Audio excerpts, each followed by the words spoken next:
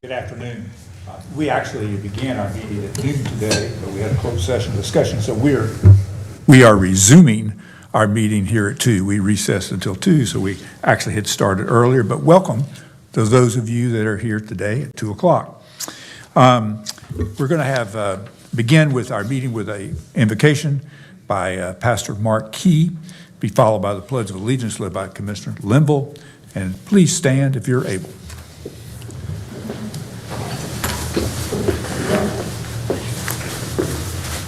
Good afternoon, and may we pray. Our gracious God, God of all people, God of all places, God of peace, we gather in your presence this afternoon, giving thanks for life, health, strength, giving thanks to you for this good place in which we live, our county, our city, and towns. We thank you for the work of the county commissioners and pray your blessings upon each of them. Thanking you and asking you to bless also all those who are county employees and each one who is here today with vested interests and investments. We just pray your blessings upon the proceedings, and may everything that is done be pleasing to you and bring you glory. We pray for our world.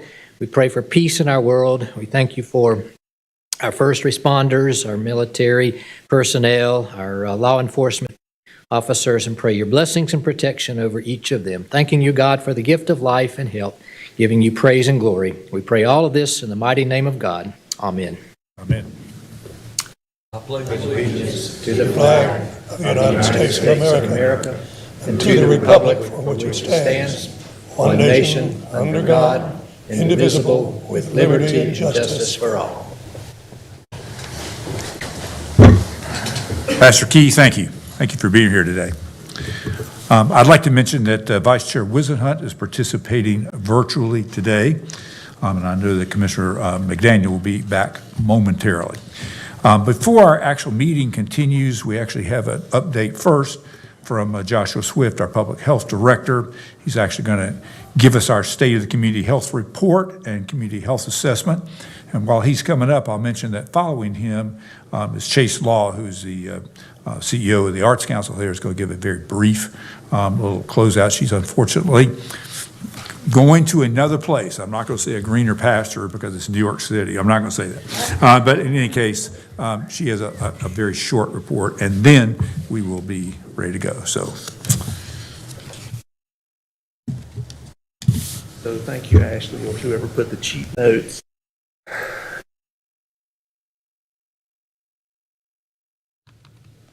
All right. Good afternoon, Commissioners. Just appreciate this opportunity to give a brief update on our community health assessment and our State of the County Health Report. Our community health assessment, this is something we're required to do at least every 4 years as a health department per our accreditation standards. And then our State of the County Health Report is an update we also do, sending both to the state every March. And the State of the County Health Report is done the years we do not do a community health assessment. So you can see this is the group in 2021 when we did our last community health assessment. We're our steering committee. Won't read the names, but you can see this is several individuals throughout the county, from law enforcement, the school system, hospitals, and this really, I would just want to portray a few things. One, this involves the whole community, and this is our goal, is to get more and more individuals in the community. It's hospitals, it's health and human services, it's our city and county governments, nonprofits, private business community. It's going to take the whole community to make a dent in some of these things that we're going to be talking about, or I'm going to share with you in just a few minutes. So it takes the whole community. So next, just a little bit of the framework that we're basing this off of is the social ecological model. And basically, you just think about yourself and how you make decisions, or how things that affect your health or well-being, how there's the individual decisions, then there's inside interpersonal with others in your family, institutional. It could be your church, it could be your school, it could be your place of work, all the way to your community, which is cities and towns, neighborhoods, to the policy level, which could be local politics, county, city, state, and federal. So this next, I'm not going to read all of these numbers, But this is some of the data that we're looking at. We're looking at the leading causes of death in Forsyth County. This is per 100,000 population. And you can see this, I just want to take note or make a note of the trends that we're seeing. So overall, we have seen an increase in the overall death rate. When you look at some of these, such as cancer, we've seen that it has actually declined, while at the same time, heart disease has increased in Forsyth County. You can see chronic lower respiratory disease has declined some. Unintentional injuries has increased quite a bit, almost doubled. And then you can see cerebral vascular disease or stroke has stayed relatively the same. So I would also note that unintentional injuries, that involves violence, overdoses, which will be covered shortly.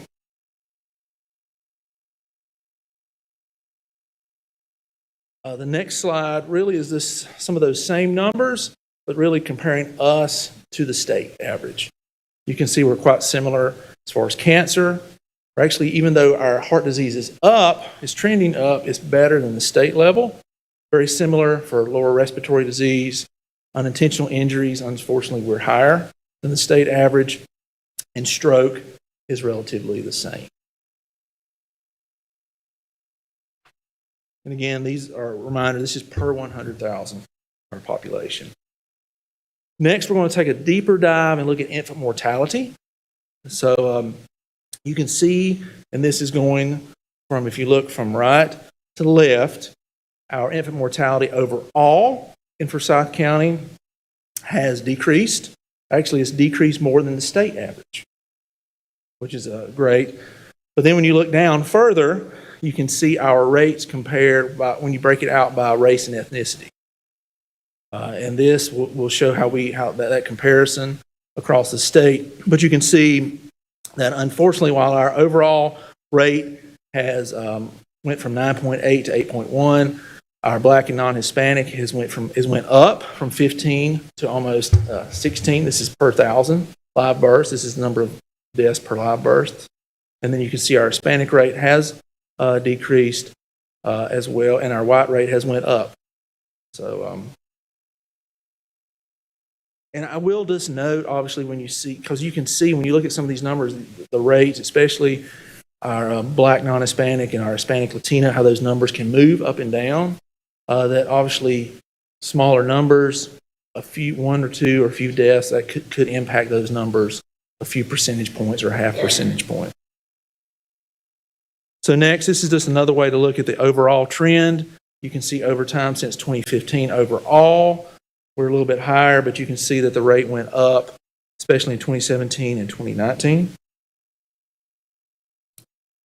And this next slide shows that 5-year rolling average in Forsyth County versus North Carolina.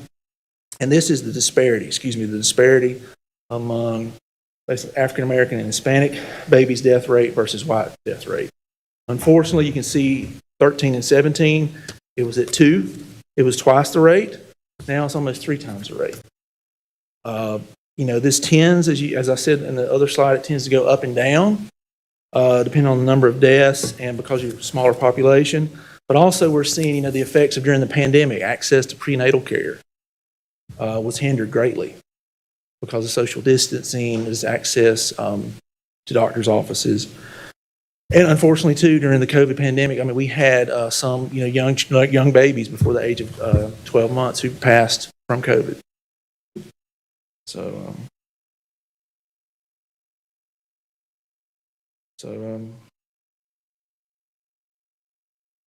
sorry, I've got everything going off here. I apologize for not pausing that. Drug overdose death rate on our next slide. You can see this drug poisoning deaths per 100,000. This is from the State Center for Health Statistics, and you can see our rate in 2015 compared to where it is now. It's doubled, more than doubled. So there'll be more slides just to cover, what we're doing about that. And again, that's a partnership, especially in Health and Human Services with behavioral health services and all of across our campus. Next slide, notice a lot of statistics, is looking at that 5-year leading causes of death. And again, how do we compare, drawing us back to the state? Overall, slightly higher. Our cancer among all sites of cancer is roughly a little bit higher, but not much. Heart disease, we're doing better.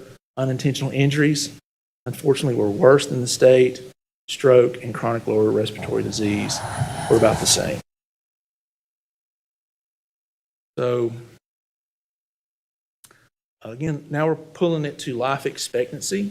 So when you look at life expectancy across Forsyth County, how we compare across the state, relatively similar. Obviously not this 0.1 difference from the state, and it really hasn't decreased really statistically significant. It's not significant, the decrease from 77.9 to 77.6. So this next slide you've probably seen or heard me talk about this before. This is the data. The data is a little bit old. It's from 2019. Unfortunately, the CDC didn't repeat this study.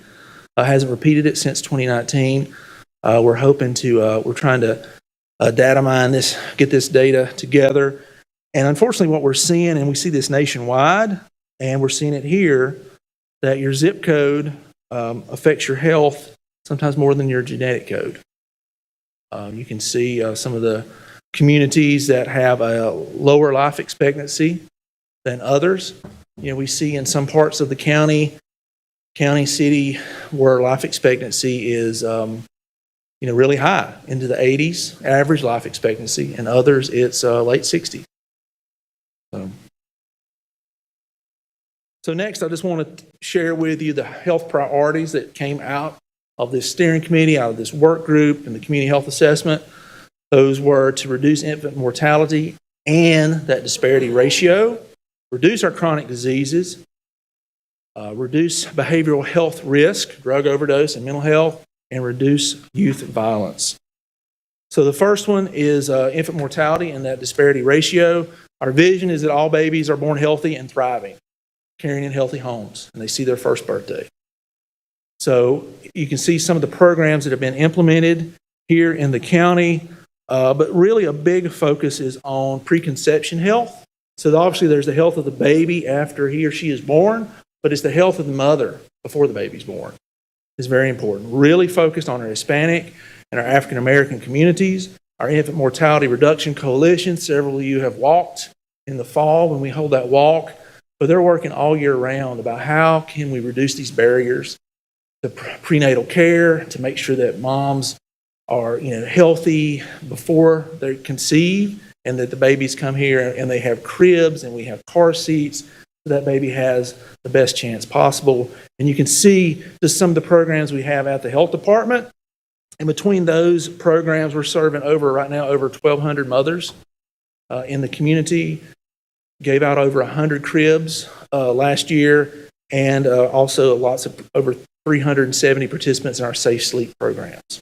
So, unfortunately, what we're seeing with a lot of our deaths and this time period, the infant mortality is preterm birth, like very immature, very preterm birth, and then also safe sleep, those things.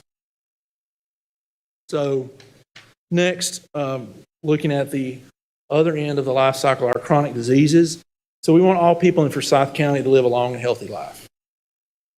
So these are some of the programs that we have. Our Minority Diabetes Prevention Program. We have community nutritionists, Be Healthy Kids, working with the school systems. Our Men's Health Program. And this is just a small snapshot of the programs that are focused on these chronic diseases, diabetes, heart disease, high blood pressure that affect so many people in our community. Next, transitioning into behavioral health. So, the vision is individuals and families, all individuals and families in Forsyth with a substance use disorder will receive person-centered care. And so I was talking with Denise Price just earlier today, updating these slides. She is over behavioral health services here at the HHS campus with the county. And she could talk at length about this, but just some of the updates, because again, this is not just the health department's community health assessment, it's the whole community's assessment. So it's working with behavioral health, working with DSS, working with other city county agencies, nonprofits, and everyone. But about the $38 million in opioid settlement funds that they're administering. And that's what they're doing, and that's over, I believe, the next 18 years that they're working to implement and provide funding for agencies. And the other one related to the work that Denise and her team are doing is mental health and making sure that people in Forsyth County, all people live in communities that support and foster a positive mental health. And you can see that suicide awareness prevention, her team, along with persons from the health department and other agencies, are part of the Our State, Our Wellness statewide coalition. And then another coalition is called Forsyth Focused. And both are working to identify and implement strategies that reduce death by suicide. And there's also these quarterly suicide conversations. I've been to some of those where behavioral health, partners, other agencies are there, really to reduce stigma and ultimately to reduce deaths by suicide. And last, definitely not least, is youth violence. I want to make sure that persons living in Forsyth County live in communities that are safe and free from violence. So we have our Cure Violence Global Model. I know you've heard Ms. Robinson give updates on that in December. But this model, Forsyth Wins, Winston-Salem Interventions for Nonviolent Streets, where the city, county are partnering. We're working through Neighbors for Better Neighborhoods to implement this, to try at the person-to-person level, not policy necessarily, but person-to-person intervene to prevent violence. So before I ask for questions, I will just say, privileged to work with a lot of great people, and we can't do this alone. Like I said, this is many agencies. It's not just health department, it's many agencies.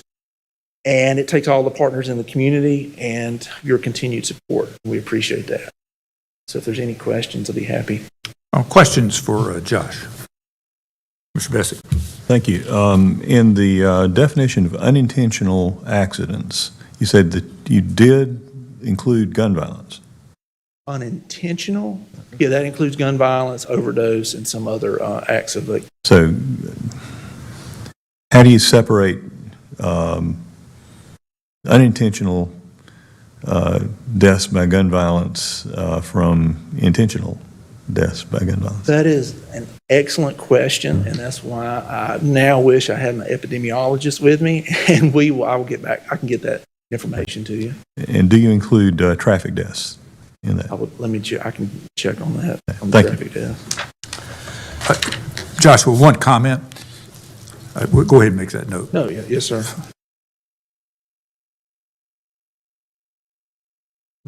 And the comment is on your 4 priorities, which I think are very important.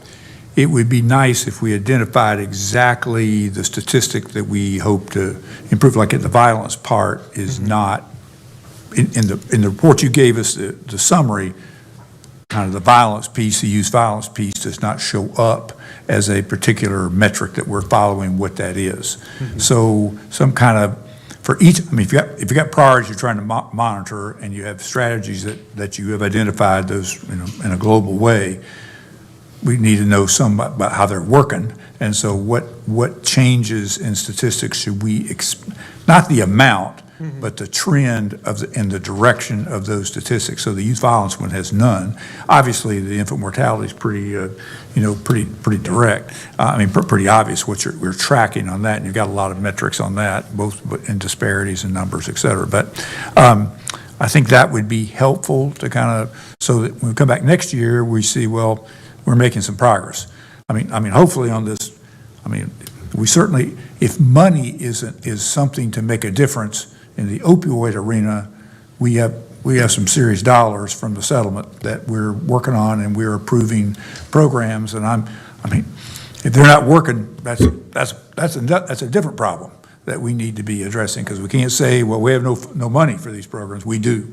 Yes. We need to identify good programs that work, and whatever outreach it takes, and whatever it's kind of like the whatever it takes. And of course, if someone knew exactly what that whatever was, we'd have a lot fewer problems in this country. But at least we need to know what those things are doing. And I think it would be helpful on an annual basis to be monitoring some things a little more. You're showing those outcomes.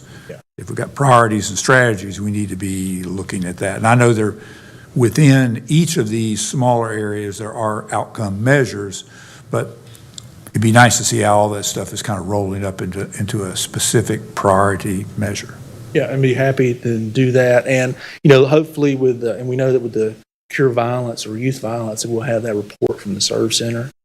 But I agree with you. What are you got outputs and outcomes, and like you said, what are those indicators that we're shooting for versus the... Good. Other questions for Joshua or comments? When you begin to think about it, the county commissioners represent people of Forsyth County in many areas. The health department represents the people in all health areas. This is a difficult question that I'm about to ask, so I apologize in advance, but people talk about if we would do this, this other would happen. If we didn't do this, this wouldn't happen. For example, if you drink too much, your liver is going to suffer. If you smoke too much, who knows what's going to suffer? So the question I have doesn't require a specific answer, but overall, what are the major health needs for the people in Forsyth County in regards to the overall health, general health that we have, and the needs that we must keep in mind all the time? I'm one of these people, I like to get out and jog every day. The idea being my muscles will appreciate that. My lungs will appreciate that. And I try to do what is right, but I'm not always right. It's hard to believe that that's true. But we need to, in Forsyth County specifically, need to be aware of what the problems and needs of healthcare as an individual in this county need to be addressed every day. Well, thank you for that question, and I don't believe there's any one answer. It's multifaceted, meaning, yes, access to healthcare, so hospitals and clinics. Thankfully, more people now have Medicaid, so they have more access to healthcare, but also making sure that we have places where people can, be healthy, where clean air, clean water, access to walk and go to parks, have recreation, and access to healthy foods, safe places to do all of that. So there's no violence or threats of violence. So I think there's so many things. Thankfully we have a healthy community, but just like any other community, we always have room for improvement. Again, thank you for this opportunity, and thank you, Chairman Martin, for that input, and we'll bring back those metrics. Thanks, Joshua. It's a pleasure to invite Ms. Chase Law, who's the CEO of the Arts Council, come forward. And Chase has been here since 2020? Yes. 2020, Moved in the middle of the and pandemic. arriving right before the pandemic began. And clearly, the arts community had many challenges Yes. during and we have a tremendous arts community, without a doubt. In fact, I watched your video, by the way, on the ARPA project, which I guess yesterday or this week. Good. It was very, very well done. But she's going to give us, since she is leaving shortly, a little closeout on our American Rescue Plan Act, and I think it introduce someone. So I'll let her. Yes, and I do have a speech prepared for today. So I'll share a couple of things, but I really wanted to start off by just saying thank you. You have been so supportive and so generous and a great partner to the arts community and the Arts Council for many, many years, and we are grateful for that. We have done a lot over the last 3 years and change, and I'm really proud of those accomplishments. Again, we could not have done it without the help of Forsyth County. Every year you've given us support through our annual special appropriations that has helped us outside of ARPA in our mission, supporting the arts and cultural sector through our general operations, and being able to serve as an advocate. So that is very much appreciated and needed as we are completing our updated special appropriations grant that'll be submitted soon. So I hope you'll consider continuing that support in your annual budget for us. Those funds also allow us to continue to bring the arts out into the community. We are continuing with our Parks concert series at Tanglewood and Triad Parks. That has been so successful over the last 8 years, and so we want that to carry on. And it's been a great partnership, and it grew even more this last year with enhanced marketing sharing with your team as well. So thank you for that. The American Rescue Plan Act funds $4.5 million. What can I say? I mean, the things that you have done over the last several years, especially with ARPA, showed that you recognize the arts as a priority in this county. And I cannot thank you enough. It allowed for incredible recovery of artists as well as arts organizations, but it also allowed us to do incredible outreach. A big part of the strategic priorities and mission of the Arts Council is using the arts to bring community together in new ways, break down barriers, respond to needs in the community through the lens of arts, culture, and creativity. And those funds have allowed us to do that. We are working with organizations right now that we never would have worked with otherwise, ever, and never have. And it is opening new doors. They are sustainable projects that I think will carry on well into the future. We were able to showcase new impact. I loved some of the things that Joshua was talking about in his presentation, because we are also focused on arts being a tool in health disparities. We are participating in a national project called Arts for Everybody, and it is bringing arts and wellness together to address needs in this community, especially in the communities and neighborhoods that were hit hardest by the pandemic and that typically don't have equal opportunity to healthcare. So we're helping to respond to that. And ARPA dollars are helping with those projects as well. We are loving seeing the projects come to life. So out of the $4.5 million, we have allocated over $4.1 million. Projects are well underway. We have the first year of ARPA under our belt, which was really great. So we've seen these projects come to life. I hope you have seen them. We're capturing them with incredible mini documentaries with themes. So if you haven't seen them all, I'll be glad to share those with you guys this afternoon. I'll forward that to you. And we plan to do a series of 12 to capture these projects and continue to share the impact. But monthly, we are getting incredible impact reports and numbers of change that is happening in this community. So it's really lovely to see the arts really paving the way for change and partnering with other entities throughout Forsyth County and other government entities as well. And so it's great to see that unfold and see the arts in new ways. And you guys did that. Hopefully you had a chance to review the list that I shared with you prior to the holiday season. And we have made that public on our website, and we did share that out to media networks as well. And if you have a chance, and we have events coming up, please do attend those. I know at our annual meeting that'll be coming up in March, we will be showcasing those videos and talking more about ARPA, so you'll be receiving an invitation to that as well. As I reflect on the last 3 years, there have been so many things, so many accomplishments that we have had during my tenure. And I'm really, really proud of those accomplishments that we've achieved with community, with our board of trustees, and our great staff. And I feel, while I'm sad and I have so many emotions, I've had an emotional day today, as a matter of fact. But I'm really proud, and I feel like I'm leaving this organization on really strong footing, in a great financial position, lots of momentum. And I have with me today Mr. Howard Upchurch. He has taken the role of interim president and CEO. He has been on our board of trustees. He's been an incredible leader in this community, longstanding community member, lover of the arts, advocate for the arts, and I couldn't have asked for a better person to come and join the team. I have an incredible team, incredible staff. They are committed to the mission, committed to the strategic priorities, not only of what we're doing in the arts sector, but what the community really needs.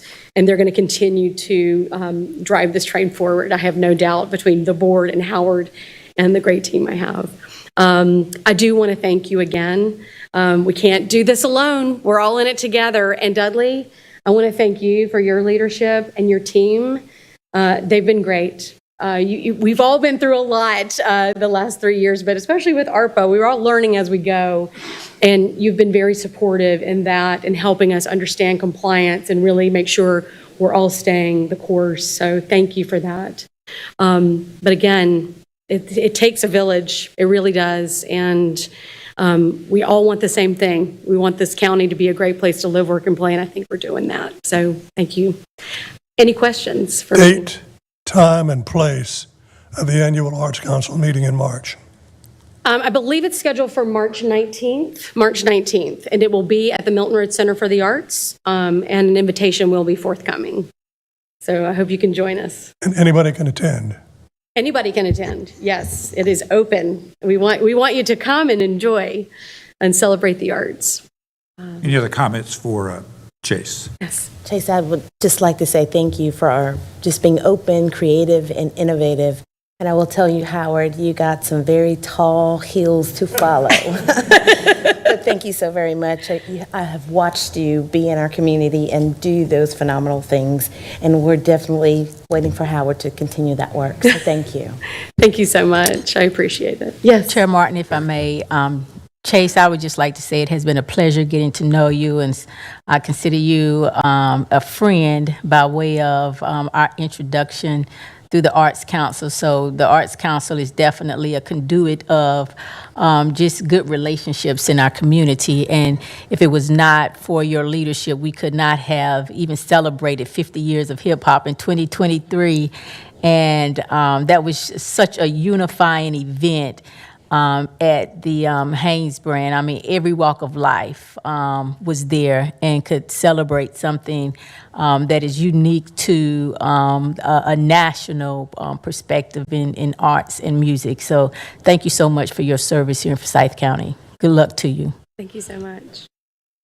Any other questions? I'll just close by saying thank you also for your energy during this challenging time, and you have done an outstanding job. We wish you well.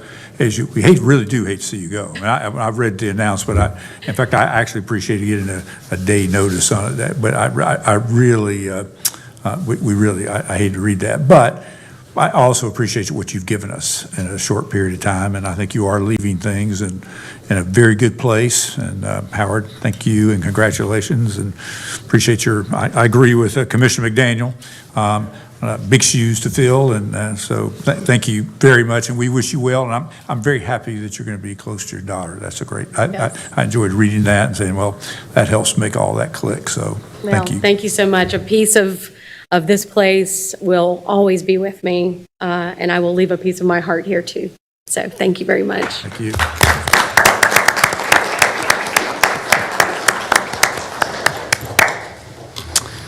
Citizens who are interested in participating in the public session portion of the meeting, you may call, those of you that want to call in on the phone, 336-422-1200. Again, 336-422-1200. You will be placed on hold until the public session begins.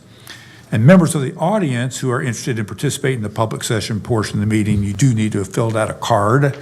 They're outside on a little credenza, or you can get one from our clerk even now. We'd be happy to hear from you on that. We do have 2 public hearings today. You do not need to fill out anything to speak in the public hearing. So, speaking of, the first item on the agenda is a public hearing on the zoning petition of Caden Holdings from AG to LIL, zoning docket F-1635. And Chris Murphy, our Planning and Development Services Director, is going to give us a brief overview, and then we'll start the hearing.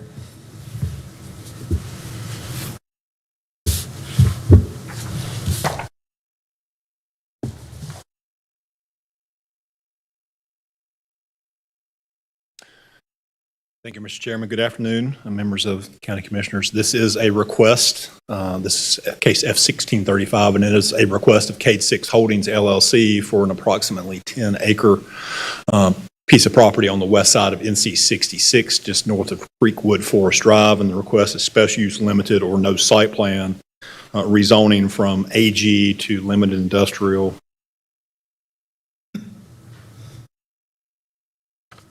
Limited use. Let me get that out of the way a little bit. This is the subject property shown on the countywide Legacy Growth Management Area Plan. It is located within the GMA4 Future Growth Area there along NC 66, close to the southeastern corner of Forsyth County. and across the road from some property that is within the city limits of the city of High Point. This is the subject property highlighted in yellow. Again, you see there on the west side of NC 66. And the High Point jurisdiction that is zoned industrial is this area here where my mouse is currently swirling. Again, the subject property is currently zoned AG, but it does have a commercial use that's been on it for a number of years. It was a nursing care institution that I believe has been closed for at least 10 years.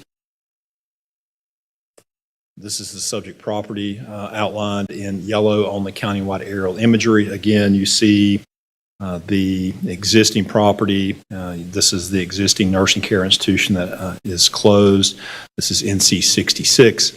This is the Ralph Lauren Distribution Center that is located within the High Point jurisdiction, again, zoned industrial. This is the subject property shown on the Southeast Forsyth County Area Plan Update, which was completed in the 2010s.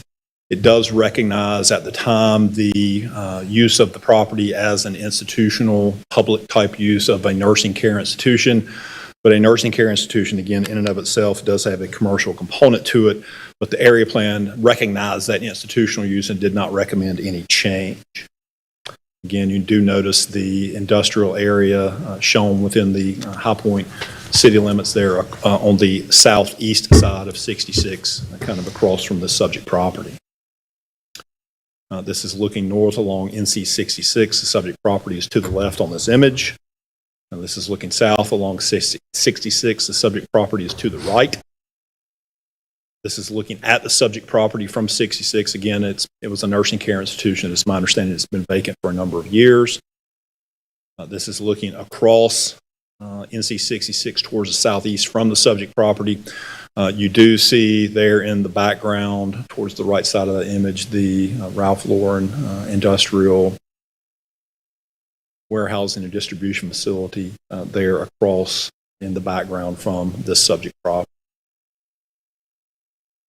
In summary, we consider the request consistent with the recommendations of the Southeast Forsyth County Area Plan Update and Legacy 2030. Again, it was a non-residential use. It was a institutional and public use, but the proposed district we feel like is compatible with the surrounding residential, agricultural, and industrial land uses because they have requested a limited use with some conditions. They have requested to limit their use to LIL for the use services B and have further agreed to limit that to the subuses of SIC codes 734 and 735, which are services to other dwellings and businesses, and that's the lawn care operation, and also 735 equipment rental and leasing, because again, I believe similar to lots of other type operations like that, they might want to rent out a plugger or some other type of equipment for folks to go and take care of their lawn as well. And the use nursery, lawn and garden supply store, retail, because they do want to sell some plants and materials and other things commonly associated with landscaping. They've also agreed to a signage condition that is before you there, and all of that has been signed and notarized in their written consent to conditions, and we did send that updated version of that further limited the use services B earlier this week. So with that, the recommendation, this was heard by the Planning Board at their December 14th, 2023 public hearing. There were no speakers in opposition, and following the public hearing, the Planning Board did vote unanimously to recommend approval of the request. And with that, I'll be glad to answer any questions. Any questions for Chris? All right, thank you. This is a public hearing, and speakers will have up to 15 minutes to speak, total to speak in favor of this request, and up to 15 minutes total to speak in opposition. Is there anyone wishing to speak in favor of the petition?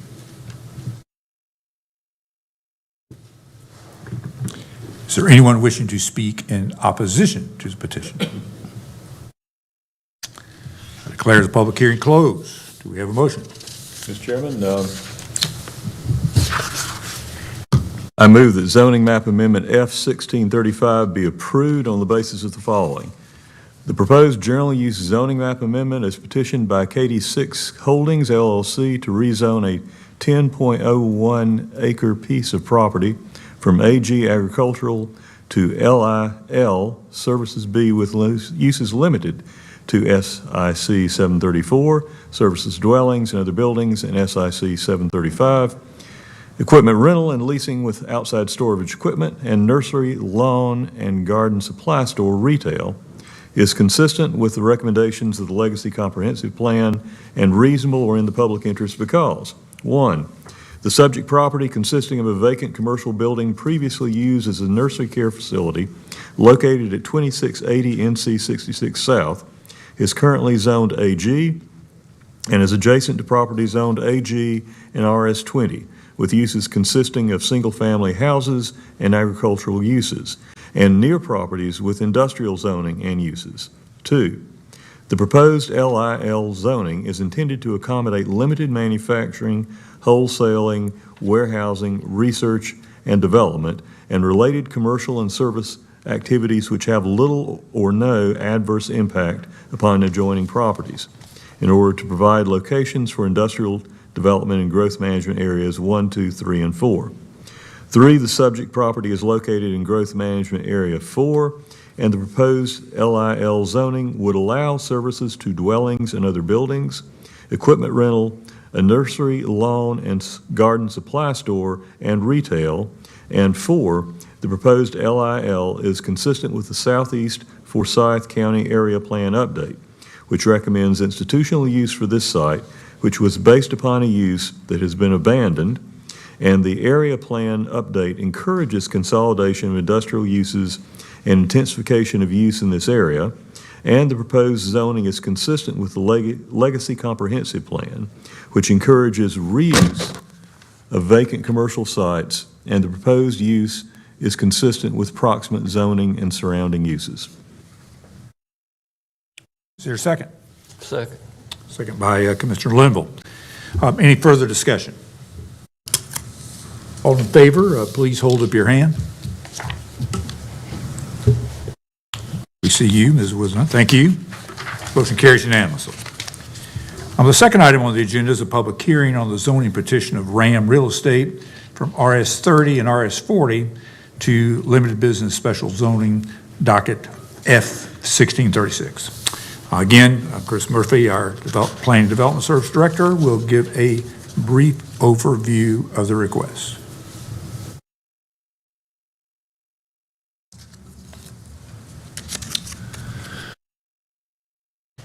Again, good afternoon. This is a request, it's case F1636 of RAM Real Estate for a rezoning of 2.12 acres on the east side of Germantown Road between Irene Lane and Oak Trail Lane. And the request is to go from RS 30 and RS 40 to LBS, or Limited Business Special Use. This is the subject property shown on the countywide growth management area plan. You do see that the subject property is shown in GMA 5, or the rural area. This is the subject property highlighted in yellow. Again, it is on the east side of NC 66, on the south side of Irene Lane, and just north of the interchange with the Northern Beltway. And I think I said NC 66, but it's Germantown Road, excuse me.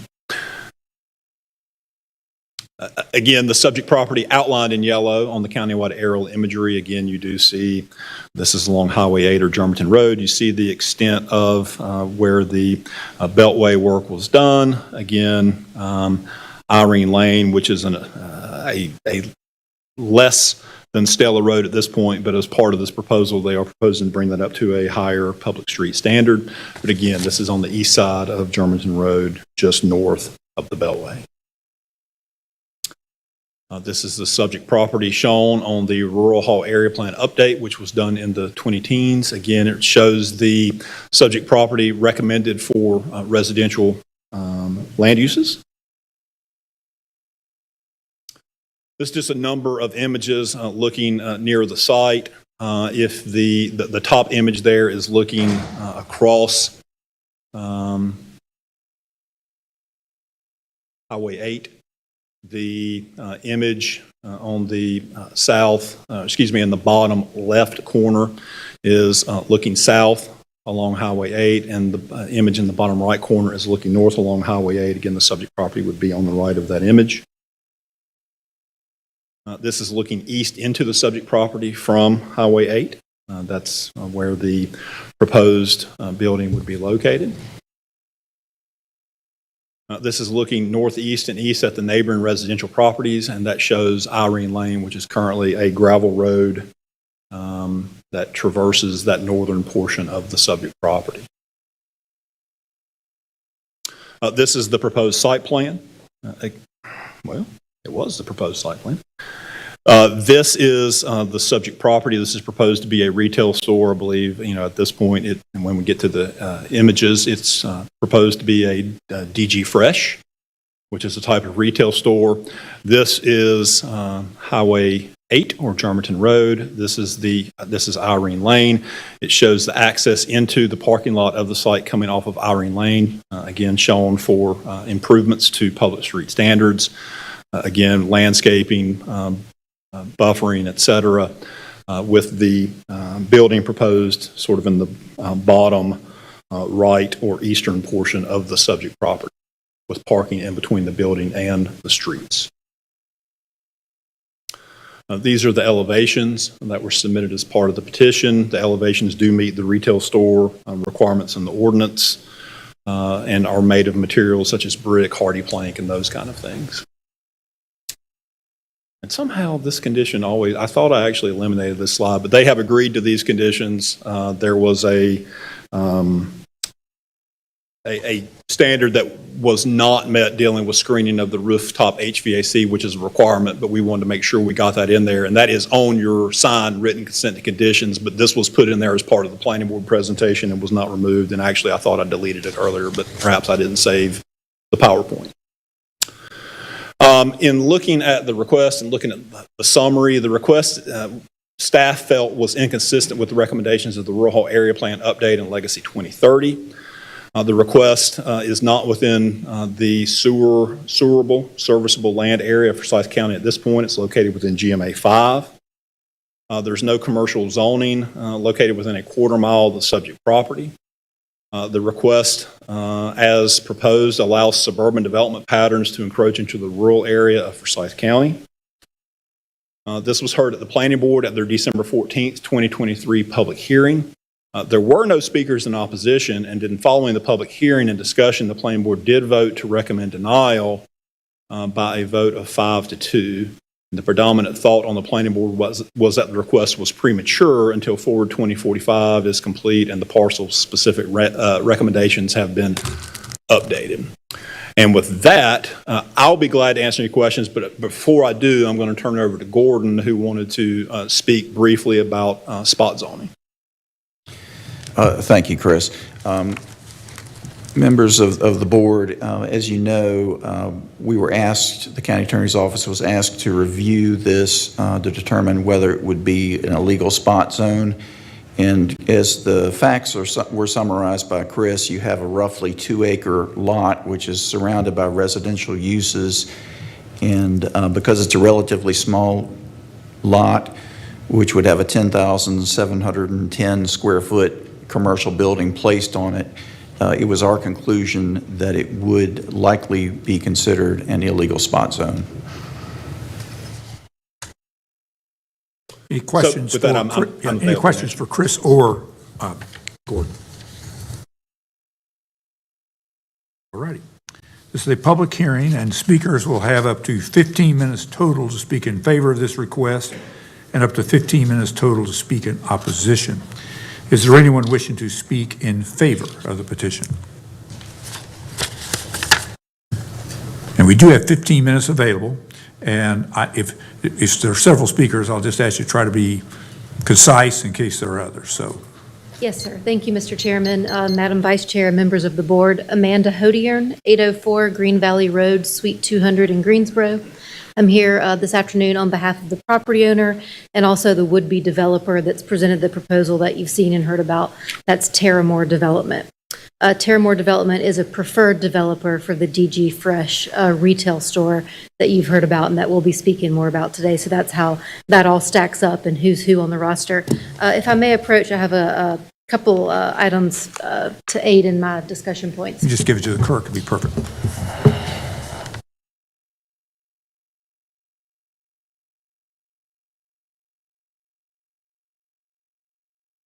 I have with me here this afternoon our civil engineer, Mr. Justin Church. Just mention that in case you have any questions, so you'll know that he's here at your disposal. Also have with me Daniel Almazan of Terramore Development, who also is going to speak. So I'm going to try to make my comments brief to leave some time for him. And you can flip through this at your leisure. There, I will note the elevation rendering has changed. Daniel's going to speak to that, so just disregard that one for now. He'll talk about why and show you what's different. But everything else we're going to touch on here. So the first things I want to note, as you've heard from Mr. Murphy, the request, of course, is for LB special use. And that special use is the site plan that you see before you now, that you've reviewed in your packet, and that has gone through TRC review. And I want to highlight and lift that up because that represents a significant curtailment and restriction on what's being asked for here and what could happen. Limited business, as you know it in your ordinance, of course, can mean a lot of things at a variety of square footages, some of which could be rather intense. But this is not that.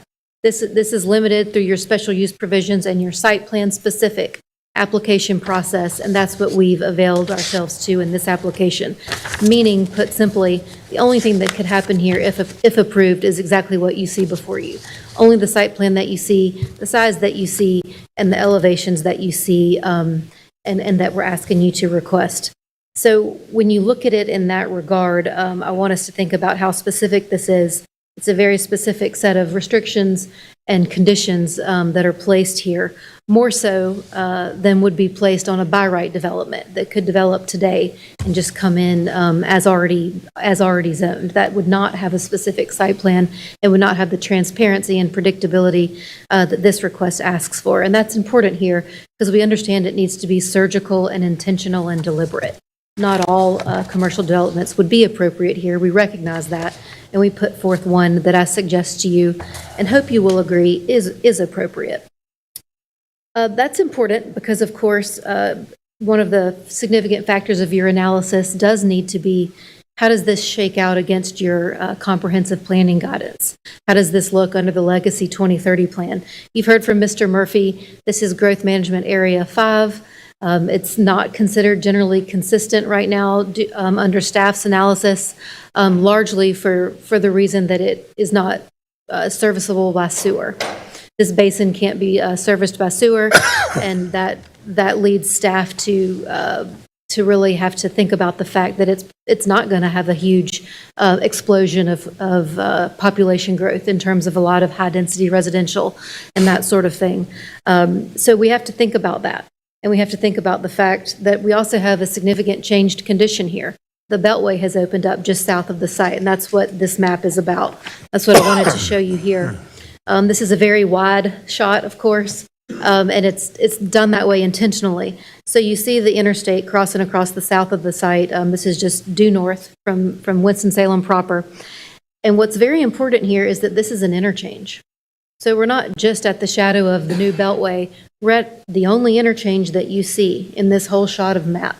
So what that means is that folks are going to have to travel here on Germantown Road to get on and off that new major travel corridor represented by I-74. So that gives us a very good opportunity here to meet people where they already are, to serve them with some goods and services that they already need, and to capture them in a place where we don't have to ask them to make an extra trip or go out of their way. They're already going to be here. The infrastructure is made by the state, the city, the county. Those infrastructure expenditures are already at this location. So what we want to do is be in keeping with that. So I know your comprehensive plan is under review. That'll come up for a new plan looking ahead to 2045. This is certainly a changed condition that will inform that. Mr. Murphy and I have talked about that. And the fact that it can't be serviced by sewer is not a problem for this user or this application. This user wants to serve what's here now. They want to serve the existing population. This isn't about trying to create a new critical mass or a new center or a destination. It's about providing necessary goods and services to what's already here and bringing it to people at a convenient place where they already have to drive by. If I quickly could address the spot zoning analysis from your county attorney, I would respectfully submit a counter opinion. We do have a dispositive test from our court system under the Chrisman case from 1988 that's been codified now in 160D that tells us that size is not the dispositive factor. It can be a part of your analysis, but it is not a cut and dry black and white analysis. What that test asks us to look at is reasonableness and a balancing of interests. Is there a public benefit to be served here? Is there a reasonable determination that the folks in your position can make that this zoning request serves the area for a public benefit? And I would suggest to you that the answer is yes. This, by following one of the policy guidances of your comprehensive plan that asks us to place commercial rural development in appropriate rural locations, that's exactly what this is doing. So we're not asking to put it somewhere way out where people aren't going. We're not asking you to put a custom sneaker shop here or a Costco. We're asking you to put something that people already need, that they already want in an appropriate location because they already have to be here. In a location that doesn't need the area to grow or become something that it's not already. This user likes this location for what it is today. And that's how we think we can serve this area and be a public benefit to help you on that spot zoning analysis. So with that, I'd like to turn it over to my client who wants to talk specifically about the site plan. Thank you.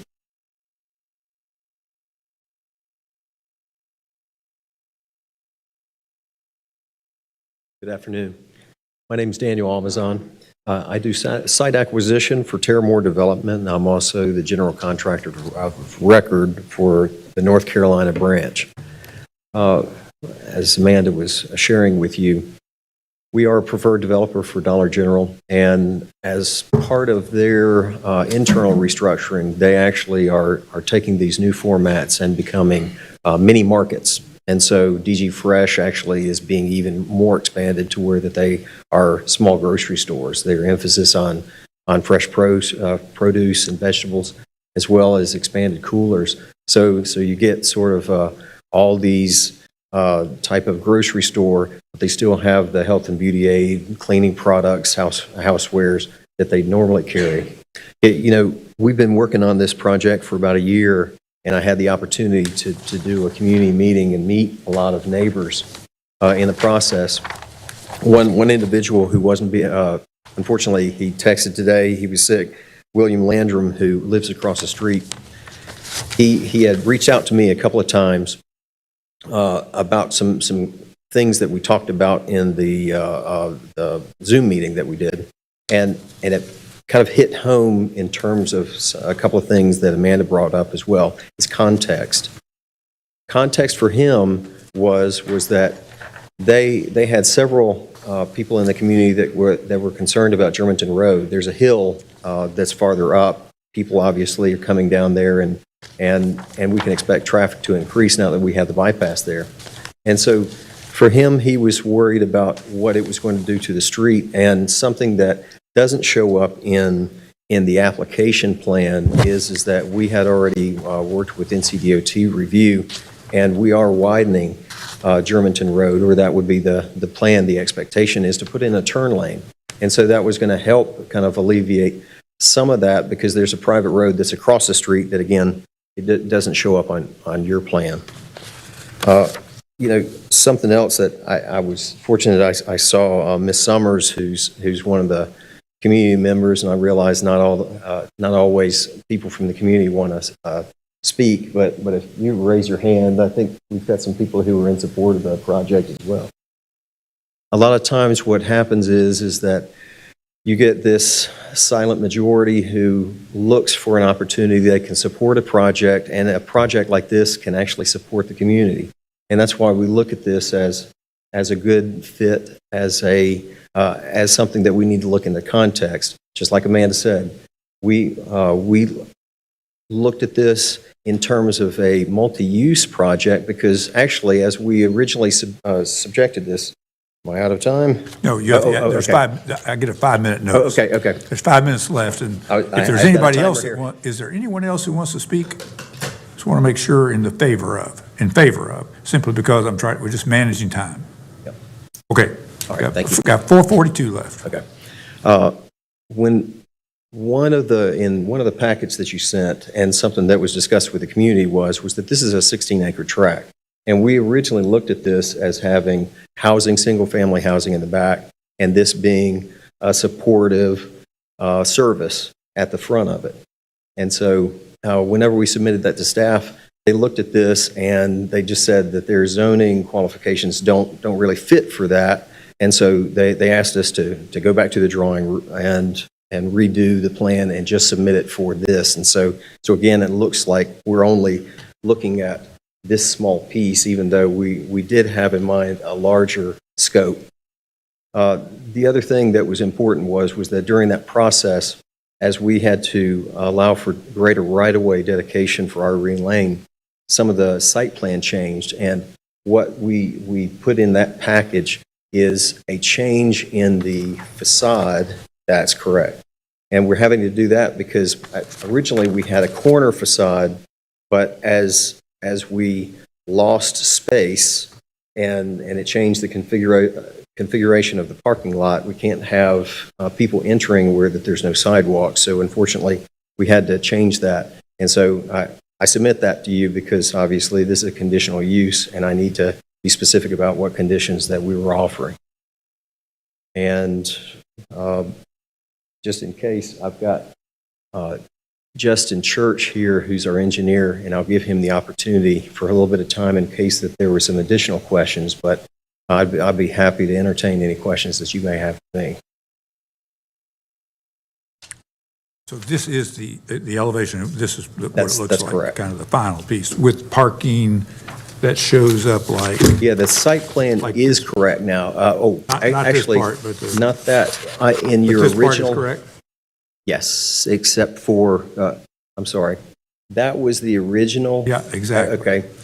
What is on the site plan of the application is the correct. Okay. All right. That is the right site plan. Got it. Okay. What's on the overhead is what is being proposed. That's correct. Correct. Yeah. All right, we have 2 minutes left. Okay. Thank you. All right. Thank you very much. Thank you, Mr. Chair. If I may, just to sort of summarize, I know we've thrown a lot of information at you quickly. I'd like to conclude by inviting you to consider this request as sort of the tried and true traditional land use pattern plan of a rural outpost. That's something that we've done to serve our communities for a long time, and it's not something that doesn't still ring true. And we know that from the Legacy 2030 guidance to put commercial rural development where it makes sense. And I think that this case does that.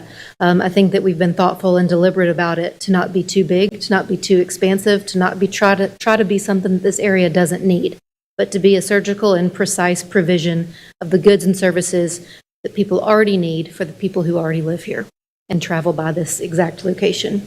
And we are here for questions. Thank you. Thank you. 1 minute left. Anyone else wishing to speak in favor? All righty. Anyone wishing to speak in opposition?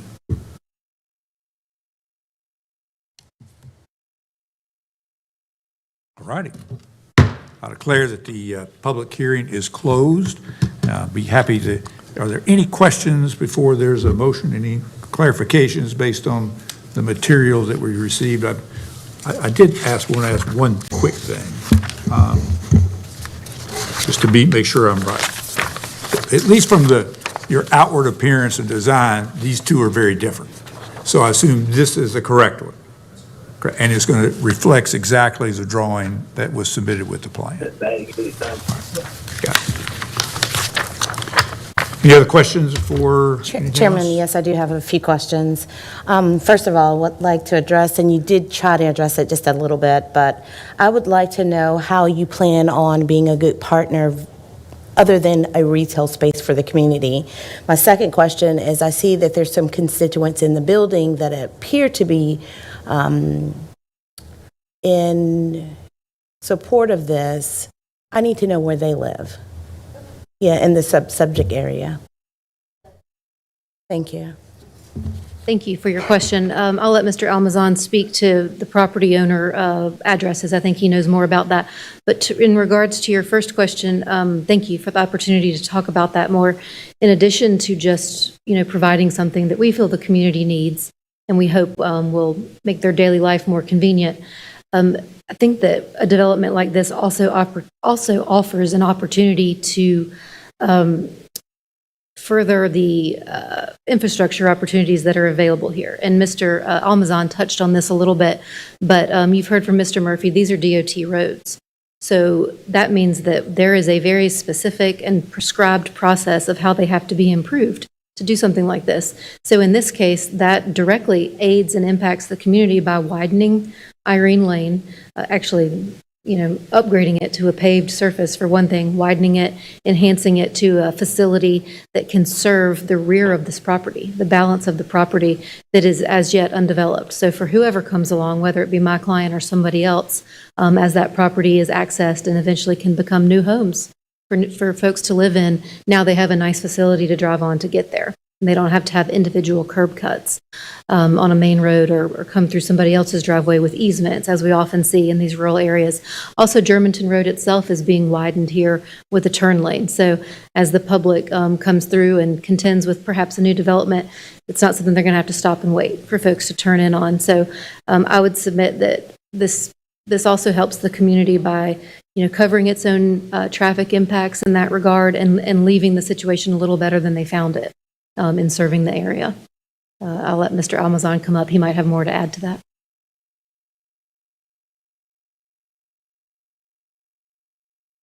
A couple of things to just add on to, in terms of the community things, and actually I guess I need to speak more for Dollar General in that aspect. Even though we're the developer, they're the tenant. Dollar General is a major contributor to literacy, but more specifically for the local community, you're looking at about 10 to 12 additional part and full-time jobs. Those jobs also come with scholarship opportunities. They come with family assistant opportunities. I know that they're also a heavily committed for Veterans Affairs, and so that's just some of the things that I can speak to. But again, I'm not a representative of Dollar General. They are our tenant. And then, let's see, Ms. Summers, she could probably tell you her address if you need clarification on that. If someone can help me figure out where they live in this subject area. I don't know. Yeah, Mrs. Summers, would you want to just come speak just very briefly?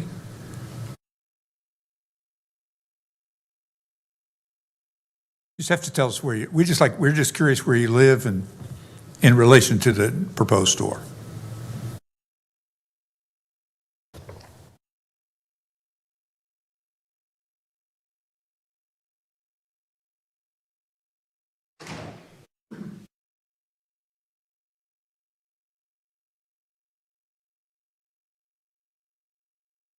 We're not going to quiz you on 1,000 things. So it's not that, it just, I think to answer Commissioner McDaniel's question, just like to know where you live relative to this.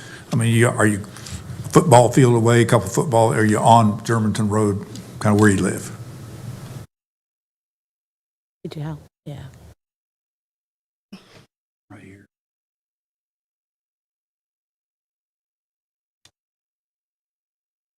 And you don't have to operate the computer either. You can tell us your address, and like the facility. that looks like Mr. Murphy's getting in the location here.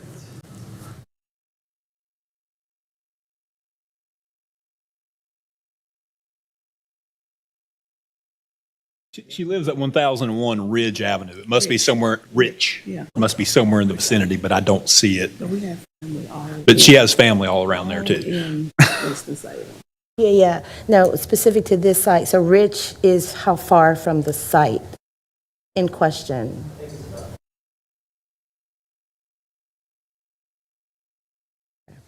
That's what I need to know. Thank you. I appreciate you being here. Thank you.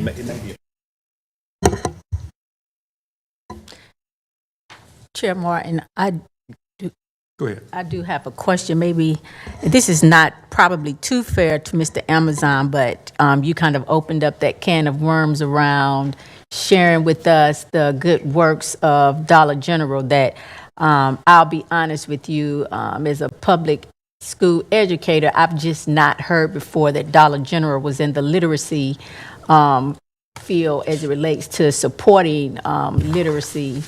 But that does not mean that, that's just a one-off that I don't know about. So I was interested in how locally Dollar General, or maybe statewide, national, Dollar General is promoting literacy. And I'll assume it's public school based. And if you can't answer that question, that is fine if you're not comfortable. And maybe, yeah.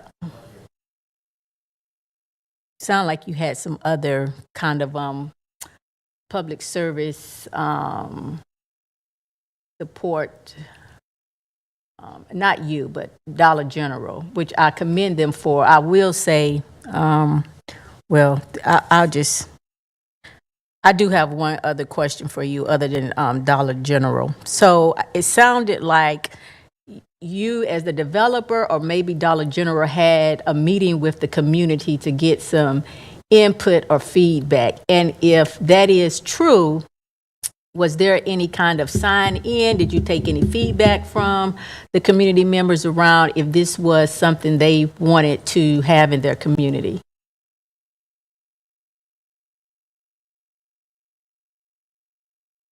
Whenever we did the original community meeting, and that was back in the spring, I believe that actually that was March of last year, when we did a 1/4 mile radius around the property, and typically, we end up having to do a wide net because we did a Zoom call, because unlike some locations where that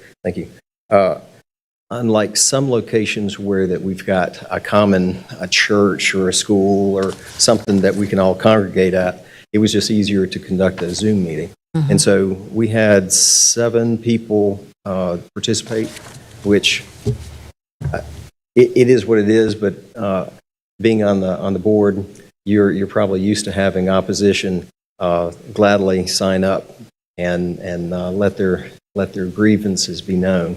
We actually had a lot more people that were excited, just they wanted to know when it might be coming available. And so it's been a long process in terms of us weeding out what we would do to the site requirements, having to do with staff requirements. Literacy.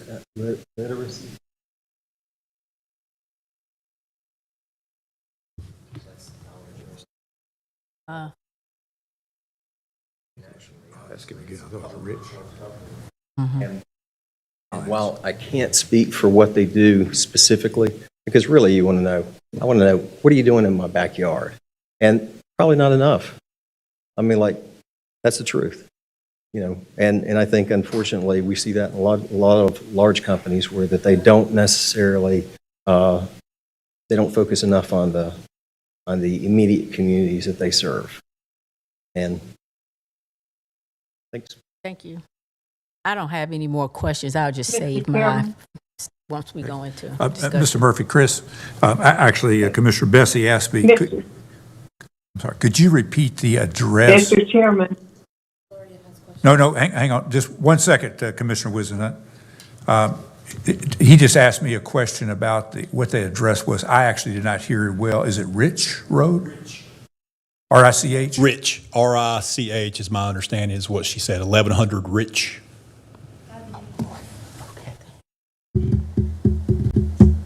All right. Any other questions? Are we ready to entertain a motion? Oh, Mr. just Chairman. another question? Well, excuse me. Just To follow up on the address, 1001 Rich Avenue in Rural Hall? It doesn't show up. The only 1001 Rich Avenue that pops up on my map is in Winston-Salem off of New Walkertown Road, and that surely is not the one you're telling us. Is that, an address near New Walkertown Road? Is that where we're talking about? Yes, ma'am.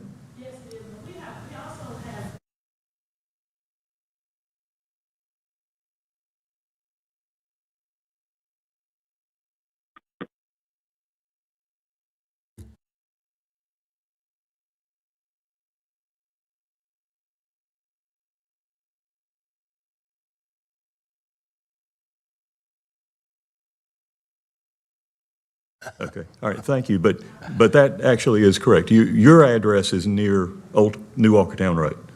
Thank you very much. That's not anywhere near here. Right. Any other questions? Yes, Commissioner. Chris, any coming from the north on 8, heading south on in toward Winston, I believe you said sometime in the recent past about turning lanes that I've asked questions about. The DOT, if there's turn lanes needed, they the ones makes that decision. Is that right? Correct. Okay. All righty. Are we ready for a motion now? Move approval, please. Mr. Chairman. Yes, Commissioner Wizenhut. Mr. Chairman, I would like to make a motion to approve the zoning map amendment F-1636. I move that the zoning map amendment F-1636 be approved on the basis of the following. The proposed special use zoning map amendment as petitioned by Real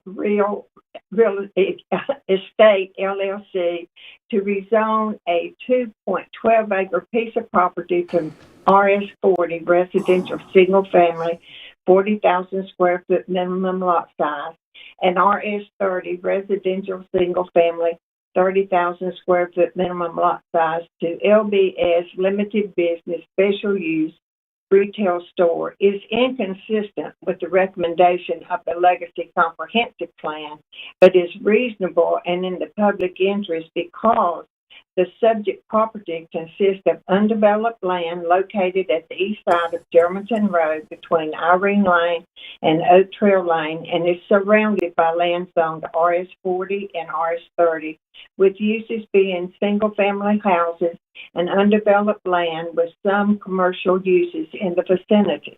The subject property is located near a highway interchange with the new Northern Beltway. LBS zoning is primarily intended to accommodate moderately intense neighborhood shopping and service centers close to residential areas and to serve as a transition between residential districts and other commercial districts and is intended for application in growth management areas 2, 3, 4, and 5. The subject property is located in the growth management area 5. The proposed LBS zoning and the proposed use of the 10,710 square foot retail store would be inconsistent with the Rural Hall Area Plan update, which recommends single-family residential development. It would be inconsistent with the Legacy Comprehensive Plan, which seeks to protect residential areas from commercial encroachment, and the use would be inconsistent with immediately surrounding uses. The proposed rezoning would represent a use consistent with the new highway interchange and would represent a transition from residential to the commercial uses that will likely develop around the interchange. And the proposed use would provide services to the surrounding residential areas. And this approval is deemed an amendment to the Legacy Comprehensive Plan. Is there a second? Second. Second by Commissioner Linville. Any further discussion? Yes, I'd like to speak against the motion. We've seen here essentially the presentation that was made to the zoning, the planning board, which voted 5-2 to deny the petition on essentially grounds that it was inconsistent with the existing plans, that the consideration that the planning could be changed because of the Beltway and the anticipated nearby interchange was premature, was jumping over the process of considering whether it's appropriate to modify the specific plans and uses recommended for the area to be commercial in nature, and is really getting the cart before the horse for us to assume that that's going to happen at this point. I will vote no on the motion, and if the motion fails to pass, I will make an alternative motion to deny the zoning map amendment. Any further discussion? Mr. Chairman, if I could, can I just bring Mr. Almazan up, and I need to seek clarification on one thing. All right. Something he's presented. And this speaks to what Mr. Almazan was talking about, but the location of the building changed and they did not submit revised elevations. If you notice, these elevations are of a corner building with the entrance being on the corner. The exhibit that he submitted that is at your place has a storefront that is in the middle of the building, and that's what the elevations reflect. I just want to have Mr. Almazan on record being that this is the elevations as compared to what was originally submitted. So if I could just have Mr. Almazan confirm that. Sure. That is correct. The packet that I handed out is the rendering so that you know what it actually looks like, the elevations for it, and also to further clarify, because what was originally submitted showed the completed facade on 3 sides, and it will stay consistent with that, because I realized that the elevations that we had on there, it only shows 2 sides faced. And so I needed that added into record, that I realized that it was a engineering change, and so we're trying to be proactive in having this ready for this meeting, and so we're just making the corrections as we needed to. Okay. But the previous slide, Chris, the previous slide, which is the footprint and of the that is correct. Foundation plan, Yeah, that part is correct. That's You're just it's the orientation of where the main entrance is going to be, and the signage dollar store Exactly. is from an appearance standpoint. That's why I was asking about, is that picture the correct picture? That is correct. But the plan, it will be built on that pad. That's correct. All right. Okay. I think we're ready to vote. Any other comments? All in favor, please hold up your hand, please. This is the vote on Mrs. Wizenhut's. Yes, we're voting on Mrs. Wizenhut's motion. Those that are opposed, please hold up your hand. Motion carries 4-3. All righty. The next item on the agenda is a resolution extending a recruitment and retention bonus program for law enforcement detention center staff with the Forsyth County Sheriff's Office. I think we've discussed this several times. Is there a motion? Motion from Commissioner Bessie. Second? Second by Commissioner McDaniel. Any discussion? All in favor, please hold up your hand. Next item on the agenda is an approval of the minutes for the meeting of January 18th. Move approval. 2024. Motion by Commissioner Plyler. I'll second that. Any discussion? All in favor, please hold up your hand. Thank you. Madam Clerk, do we have any calls or cards for the public session? Mr. Chairman, we do not have any cards or callers today. Righty, very good. Thank you. Mr. County Manager, I think we are ready to continue with the remainder of the agenda. Thank you, Chairman Martin. Good afternoon, board members and staff and guests. We do have some business items for consideration this afternoon. We have reviewed these in briefing sessions and have hopefully answered all your questions, so I'll go ahead and dive into it. Agenda item 6 is an amendment of the fiscal year 2023-2024 budget ordinance. It appropriates $150,000 from the North Carolina Department of Health and Human Services for mosquito addendum 910 hurricane preparedness mosquito control. We do have, I believe, Ryan Harrison here. Where's Ryan? He just stepped out. Okay, and here's Ryan Harrison. All right. There was a question that Commissioner Bessie had asked, I think specifically around the chemicals that are used in the fogging systems that would be part and parcel of this, Ryan. So if you can give him a quick snapshot of what that is, that'd be great. And thank you for your work out there. Yeah, thank you. Thank you for this opportunity. I always really appreciate it. My name's Ryan Harrison. I've been with the county 27 years now. I do vector control, and I'm going to have to move pretty quickly. It's a pretty complicated situation. So the way we use our pesticides, we do integrated mosquito management. And what that means is we do surveillance in order to prevent us having to use adulticides. Adulticides are what people see when they see a spray truck or something like that driving on the road. So we do everything we can possibly do to not use these type of pesticides. We do that through education. We try to teach people how to prevent mosquito breeding sites or prevent breeding or mosquito bites when the mosquitoes are actually out there. So we use biological larvicides. These are the safest thing that we have in our toolbox. We do answer some minimal complaints, but not very much anymore. And adulticides, like I said earlier, are always the last resort of what we want to do.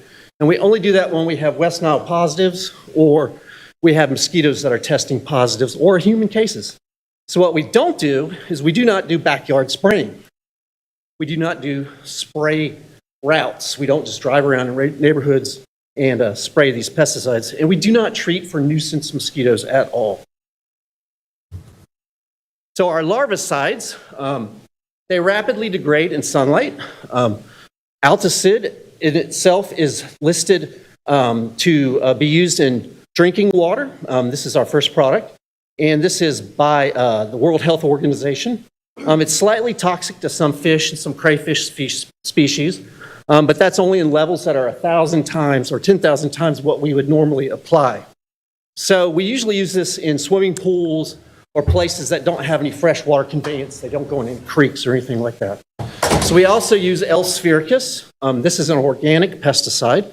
This can be used on any crop in the country in places where mosquitoes are breeding around those crops. This only kills mosquitoes. It doesn't have any harmful effects on anything else. Drain flies and black flies are in that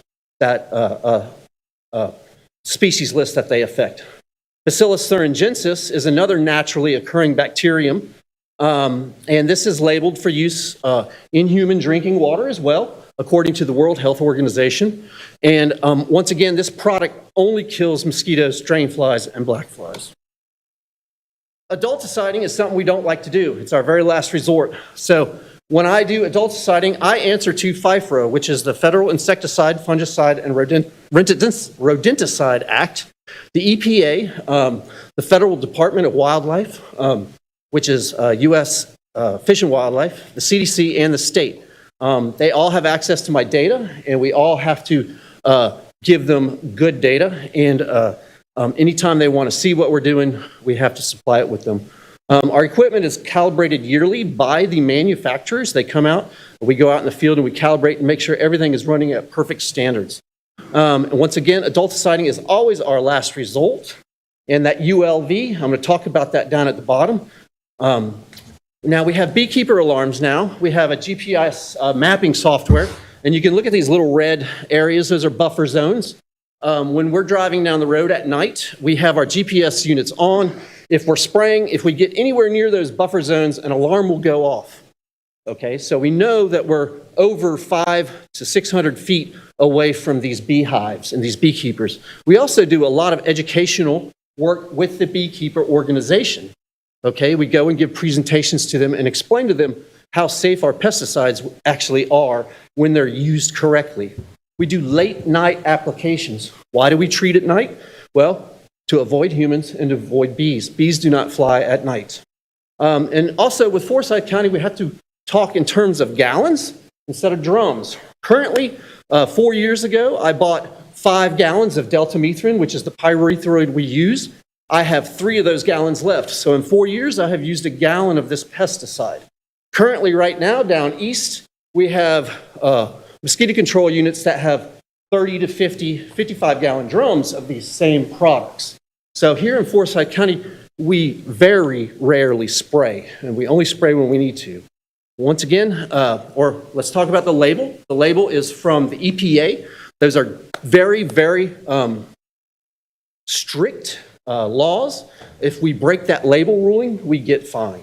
And I don't want Mr. Watts and I to have that conversation. Now let's talk about ULV. What does that mean? Ultra low volume. So we're using tiny, tiny amounts of these pesticides over large areas, okay?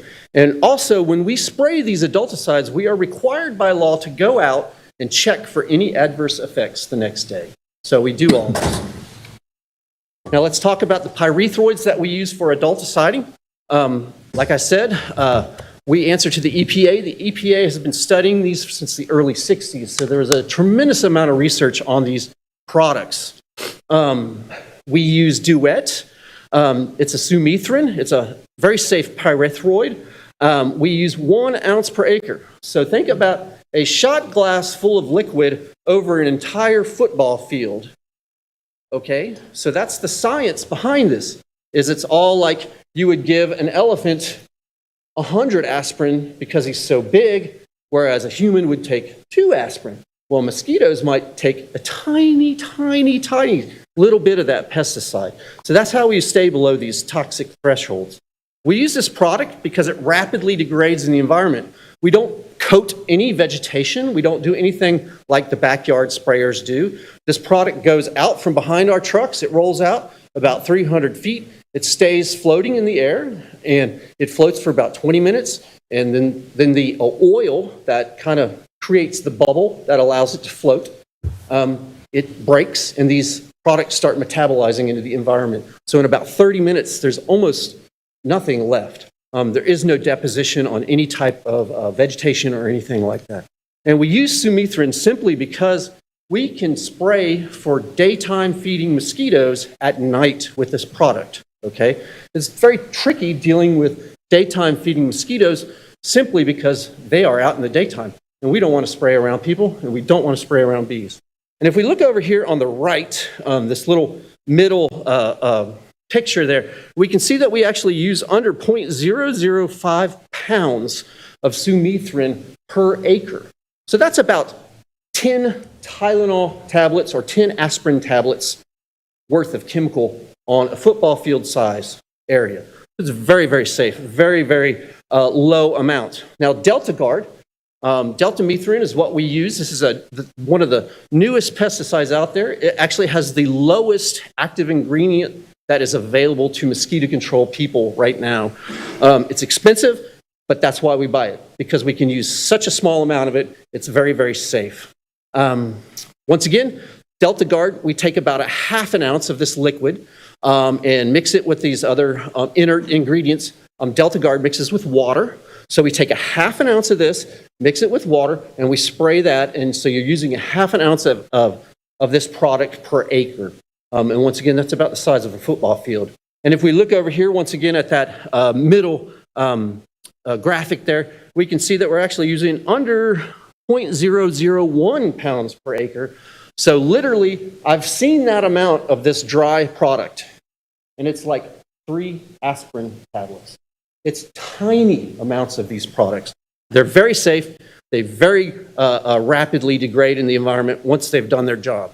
Now, once they do their job, those mosquitoes can come back and fly through that area. So it's very, very tricky work. We have to time it when these mosquitoes are hatching or when they're most likely to be flying, which is usually after dark.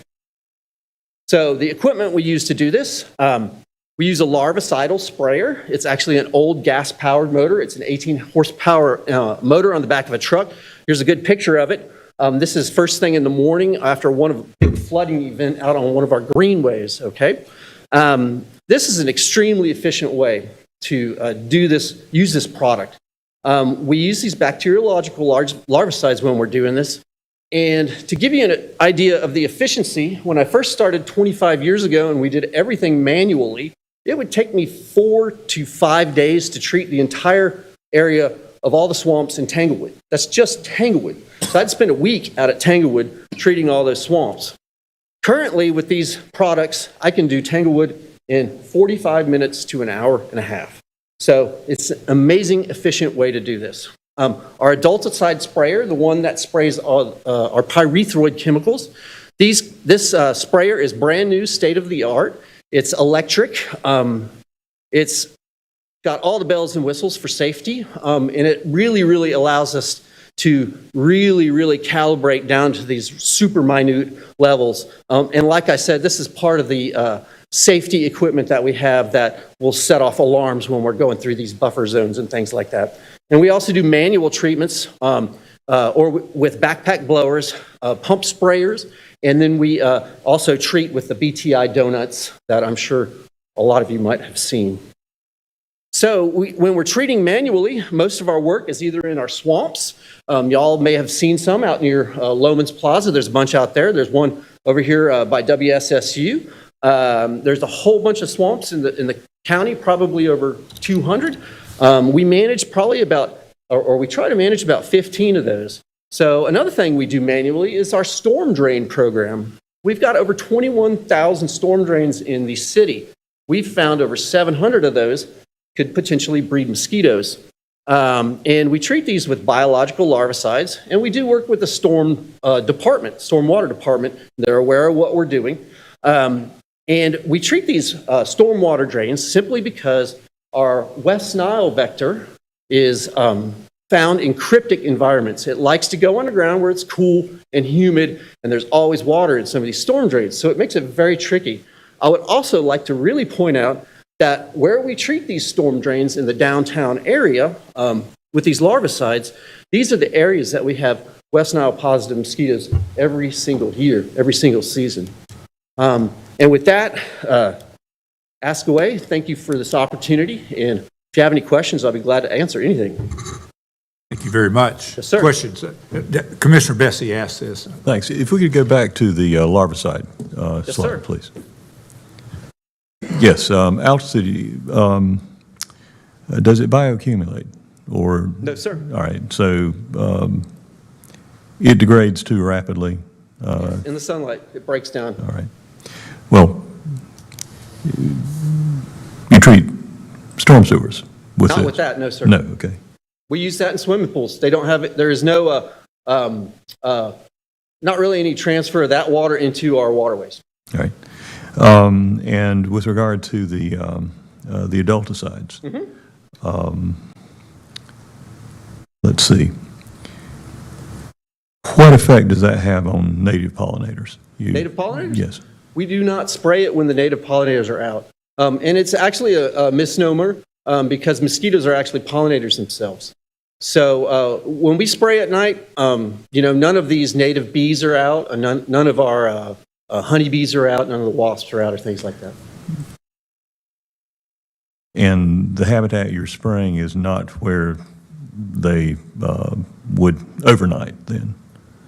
Well, typically when we're spraying in areas that are known to have huge hatches of mosquitoes. To give you an example, behind Flat Rock Elementary School, we have a tremendous mosquito problem down there where sometimes the mosquitoes are coming out between 50 and 100 in a minute. Like as soon as you get out of your truck, there's 100 mosquitoes on you. So those are the types of areas that we do this. There are some restrictions with the pyrethroids. We can't spray it around, we can't spray it directly over water, for instance. But typically speaking, like I was trying to explain earlier, this is like the dosage for a mosquito. So anything bigger than a mosquito is going to survive most of this stuff. What impact would it have on, Lepidopterus, I believe, butterflies, and what about beetles like fireflies, line bugs? Well, we try not to spray when those are around or where they're around. I would say most 99% of your Lepidoptera are bigger than mosquitoes, and your fireflies definitely have a bigger bulk than mosquitoes, so it's probably not going to affect them very much. Thank you. Yes, sir. Any other questions? Chairman, I have a very simple question. Yes. This was an amazing presentation, so thank you so very much. Sure. Us as humans, what can we do to repel mosquitoes and those bites? And the reason why I'm asking you those questions, because I remember my grandmother and my mother buying this product from Avon, and it was supposed to skin so soft. That's what it was. So yes. Avon actually got sued because they didn't have anything in Skid So Soft, and they said it repelled mosquitoes. So they didn't have anything in it, but now they have stuff in it because they got sued pretty heavily. So what I would recommend people, I actually use a product called Picaridin. It's Picaridin. It's much less greasier than DEET. A lot of people complain about how DEET feels on your skin. Picaridin doesn't have that. Picaridin is synthesized from black pepper.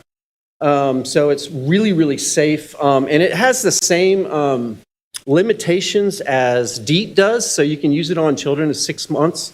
So it's very, very safe. And you have to, I always tell people, it's like the sunscreen. You don't pump the sunscreen on, you pump it into your hand and you apply it like this. That way you know you're getting the coverage, because these mosquitoes are very well adapted to what they do. And as you're working outside, you can sweat, and that sweat will drip down your arm, and they will actually bite you where those droplets have washed that repellent off. And then also make sure you don't have any water on your property. Yes, sir. Yes, ma'am. Exactly what I expected. Thank you. No other questions? We're good. Thank you, Ron. Thank you guys so much. Very thorough report. Thank you. Just need a motion. Oh, I'm sorry. Yep. We're back on an agenda item to actually approve to appropriate the $150,000 from the North Carolina Department of Health and Human Services. Do we have a motion? Move to approve. Motion approved by Commissioner McDaniel. Is there a second? Second. Second by Commissioner Linville. Any discussion? More discussion? All in favor, please hold up your hand. Thank you. All right, very good. All right, agenda, we have a couple of grant items. Item 7 is a resolution authorizing submission of an application to the North Carolina Department of Agriculture and Consumer Services, Soil and Water Conservation Division, to apply for and accept of awarding a stream flow rehabilitation assistance program grant. There's about $1 million out there in this program available, and so we are going to jump into that competitive grant. It's called the STRAP grant. So hopefully be successful. Motion approved by Commissioner Plyler. Is there a second? Second by Commissioner Bessie and Commissioner McDaniel. Any discussion? All in favor, please hold up your hand. Motion carries unanimously. Agenda item 8 is a resolution authorizing acceptance of a grant from North Carolina Department of Agriculture and Consumer Services, Farmland Preservation Division, awarded for Forsyth County Cooperative Extensions Department for the Voluntary Ag District signs. You've got an associated budget ordinance amendment that will appropriate $7,500 for that purpose. Move approval. Second. Motion approved by Commissioner Plyler. Is there a second? Second. Second by Commissioner Linville. Any discussion? All in favor, please hold up your hand. Motion carries unanimously. We have several contractual items. Item 9 is a resolution authorizing the execution of an agreement between Forsyth County and Benty Incorporated to provide licensing software for the Forsyth County Department of Social Services Family and Children Division. It is a 3-year agreement not to exceed $107,120. It is 100% state funds through adoption assistance. Move approval. Motion approved by Commissioner Plyler, second by Commissioner McDaniel. Any discussions? All in favor, please hold up your hand. Motion carries unanimously. Agenda item 10 is a resolution authorizing the execution of an amendment to an agreement with Shelco LLC for the Forsyth County Agricultural Park Complex project. This is the grading package for that, kind of kicks the project off. The GMP is $4,615,840. And in the item, you'll note that the building and the infrastructure bid packages, and that will come hopefully in May. So. Move approval. Approved by Commissioner Plyler. Is there a second? Second. Second by Commissioner Linville. Any discussion? All in favor, please hold up your hand. Motion carries unanimously. Agenda item 11 is make sure I'm in the right place. Agenda item 11 is a resolution authorizing a request for the North Carolina Geodetic Survey to survey, mark, and map the boundary between Forsyth and Guilford County. That comes to you from a recommendation from John Burgess, our tax administrator, and also Map Forsyth. So we'll get that. Move approval. Motion approved by Commissioner Plyler. Second by Commissioner McDaniel. Any discussion? All in favor, please hold up your hand. All All right. Motion carries unanimously. We have several property matters. Item 12 is a resolution authorizing the grant and execution of a utility easement to Duke Energy Carolinas LLC to construct and access utility infrastructure across Forsyth County real-owned property located at 7455 Craig Road. That is the Blues Lake Park project, working towards getting that project completed. Motion approved by Commissioner Plyler. Is there a second? Second. Second by Commissioner Linville. Any discussion? All in favor, please hold up your hand. Motion carries unanimously. Agenda item 13 is a resolution authorizing the execution of a lease agreement between Forsyth County and Memorial Industrial Community Development Corporation Incorporated for lease of county-owned property located at Horizons Park at 100 Horizons Lane. It is 3.62 acres. It's a 5-year term, and it extends their work in terms of agricultural educational programming. Move approval. Motion approved by Commissioner Plyler, second by Commissioner McDaniel. Any discussion? All in favor, please raise your hand. Motion carries unanimously. Agenda item 14 is a resolution authorizing the execution of a lease agreement between Forsyth County and the state of North Carolina for lease of county-owned property at the agricultural building at 1450 Fairchild Drive, 2 office areas with an annual rent of $2,635 extending through November 30th of 2026. Move approval. Motion approved by Commissioner Plyler. Second. That was second by Commissioner Linville. Any discussion? All in favor, please hold up your hand. Motion carries unanimously. All right, item 15 is a resolution denying a refund request to the tax assessor collector in the amount of $50,021.06. Move approval. Motion approved by Commissioner Plyler. I'll second that. Any discussion? All in favor, please hold up your hand. All right. Motion carries unanimously. Have 2 added items. Item 16 is a resolution authorizing a second amendment to a loan to PCCI Land Incorporated to fund the purchase of the Budget Inn located at 600 Peters Creek Parkway in Winston-Salem and the demolition and clearance of the existing buildings and construction of low and moderate income housing. This is essentially a subrogation agreement as has been described by the attorney. Move We have a approval. motion by Commissioner Plyler. Is there a second? Second by Commissioner Bessie.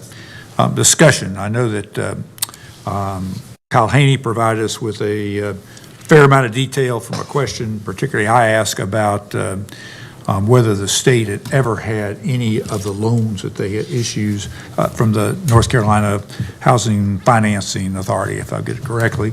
And the answer was no, and said, in fact, if anyone ever received, they said they had a few people withdraw before funding, but once the project had started, even if it encountered difficulties, they had figured out ways for it to be resolved and solved. So that was very helpful to me, and I appreciate Kyle getting that information. Are there other questions or other discussion? All in favor, please hold up your hand. Those opposed, please hold up your hand. Motion passes 5-2. All right. Agenda item 17 is the second reading of an ordinance granting a non-emergency ambulance franchise within Forsyth County to MedEx Medical Transport Services Incorporated. A public hearing was held and closed on this item and was passed by a vote of 6-1 on January 18, 2024. A second reading is required to formally approve the ordinance. I think that covers the legal aspects of it, and I see a head nod from our attorney. So, Move approval. Motion by Commissioner Plyler. Second. Second by Commissioner Bessie. Any further discussion? All those in favor, please hold up your hand. Those opposed? Motion carries 6-1. all right. That is it, Mr. Chairman. The only other, I don't have anything else before we go into the briefing side of the agenda. And you'll note, because the city and county managers are actually in town, I was going to run over and try to catch the tail end of the meeting, and so Damon's going to handle the briefing today.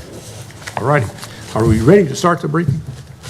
Let me check. Go ahead and declare the meeting closed, and I got a request for a 5-minute recess. All right. Okay.